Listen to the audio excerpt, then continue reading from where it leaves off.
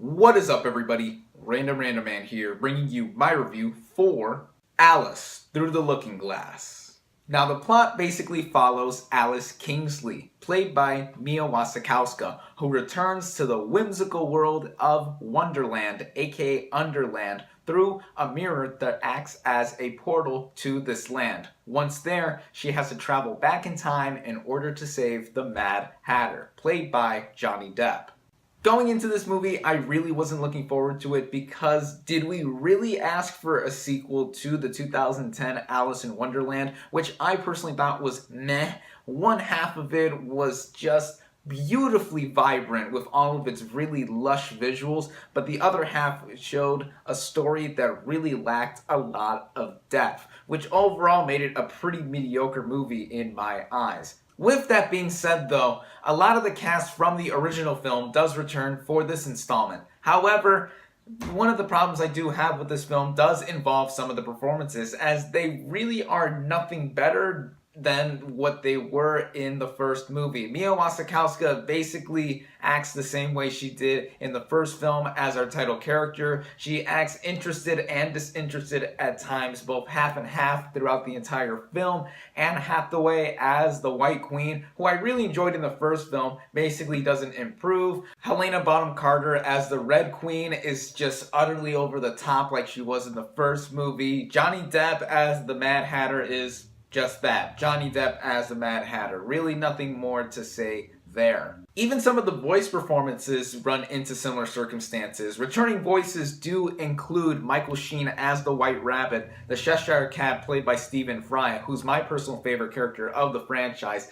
and even Absalom the Caterpillar, now a butterfly, voiced by Alan Rickman. May he rest in peace. This is sadly his final film performance, and he only gets several lines of dialogue, maybe even less, as the vocal talent in this movie really aren't given that much to do. The one notable new addition to the cast is Sacha Baron Cohen as the character Time. The way he plays his character reminded me of how he stiltily performed his role in Hugo, one of my all-time favorite movies, and I'm not saying this movie is anything like that film. He has to play a comedic character in a more subdued type of personality compared to some of the other stuff he has done in the past, and he is used very sparingly after his character is given such a big introduction, which makes his role diminish to being a supporting character or even to just being a background character at times, even if he is integral to a big part of the story. This leads to the biggest problem of this movie: the story. It didn't feel like a very cohesive narrative. There are a lot of subplots and underlying story threads that go on throughout this film.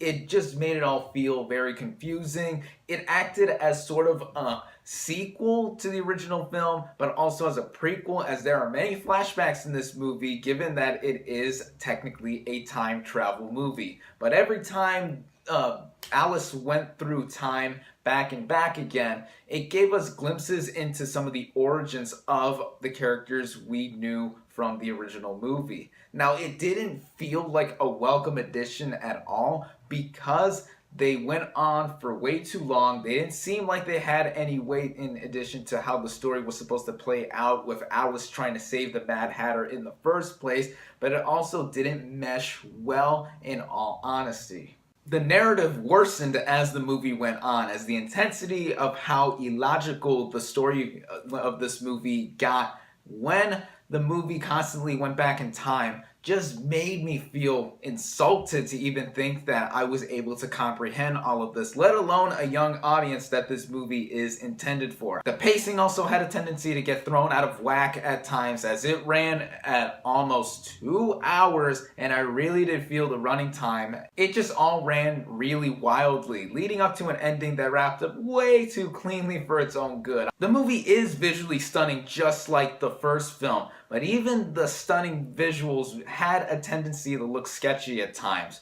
During certain sequences of the movie, especially when characters are running or are in motion, you can tell that they were digitized in front of a blue or green screen, and it just looked painstakingly bad to have to point out as an object your character was moving to see that, yup, this was all done on a computer. The production design and the costumes still look really nice, but the visuals have such a big emphasis on getting us sucked into this world that it took me out of it all the more. Now, the director this time around is not Tim Burton, it is James Bobbin. Burton only produced this film, but I really didn't think that there was much improvement in the direction overall. The biggest reason why this movie was even made in the first place was that the original 2010 film grossed over $1 billion.